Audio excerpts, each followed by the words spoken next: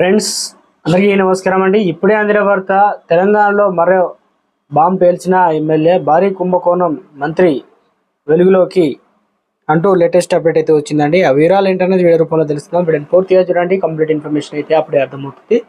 చాలా మంది వస్తున్నారు కానీ సబ్స్క్రైబ్ మర్చిపోతున్నారండి. దయచేసి ఛానల్ సబ్స్క్రైబ్ చేసుకొని బెల్ బటన్ యాక్టివేట్ చేసుకోండి. ఇటువంటి లేటెస్ట్ అప్డేట్ అందరికంటే ముందుగానే అందించడం జరుగుతుంది. చాలా మంది చూస్తున్నారు కానీ లైక్ చేయడం మర్చిపోతున్నారండి. దయచేసి లైక్ చేయండి. ఇక లేట్ చేయకుండా వీడియోలోకి వచ్చినట్లయితే, తెలంగాణలో కాంగ్రెస్ ప్రభుత్వానికి బీజేపీ శాసనసభ పక్ష నేత ఏలేటి మహేశ్వర్ రెడ్డి కంటి మీద కునుకు లేకుండా చేస్తున్నారు. ఇప్పటికే మంత్రులు రేవంత్ చేస్తున్నటువంటి అవినీతి అక్రమాలను బయటికి తీసుకొచ్చారు. కాంగ్రెస్ లోని మంత్రులు ఎమ్మెల్యేలు కుంభకోణాలకు పాల్పడ్డారని ఆరోపిస్తున్న మహేశ్వర్ రెడ్డి తాజాగా మరో సంచలన విషయాలు వెలుగులోకి తీసుకొచ్చారు.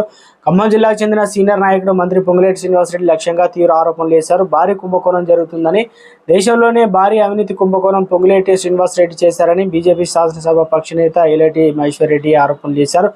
హైదరాబాద్లోని అసెంబ్లీ ప్రాంగణంలో ఉన్న మీడియా హాల్లో సోమవారం కీలక సమావేశం నిర్వహించారు. అయితే ఈ సందర్భంగా ఆయన మాట్లాడుతూ, దేశంలో భారీ కుంభకోణం తెలంగాణ మంత్రిలో ఉన్నారని, యూరో ఎక్సిమ్ బ్యాంకులు, చట్టాలకు సంబంధం లేని ఫైనాన్స్ కంపెనీలు, స్టేట్ బ్యాంక్ ఆఫ్ ఇండియా కావచ్చు, యూనియన్ బ్యాంక్ ద్వారా గ్యారంటీలకు 400 కోట్లు ఇచ్చేలా ఆర్బీఐ మార్గదర్శకాలు విరుద్ధంగా ఉన్నాయని, సర్పంచులకు బిల్లులు రావు కానీ మంత్రి పొంగులేటి 100 కోట్లు చెల్లింపులు జరుగుతాయి, పొంగులేటికి 100 కోట్ల రూపాయల బిల్లులు క్లియర్ అవుతున్నాయని మహేశ్వర్ రెడ్డి అయితే వివరించారు.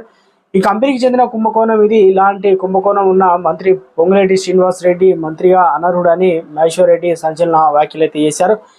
ఇంకా చాలా ఉన్నాయి, వరుసగా బయట పెడతానని, నకిలీ ధృవపత్రాలతో వేల కోట్ల కాంట్రాక్టులు తీసుకుంటున్నారని, ప్రభుత్వాన్ని చట్టాలను మోసం చేస్తున్నారని, వీటిపై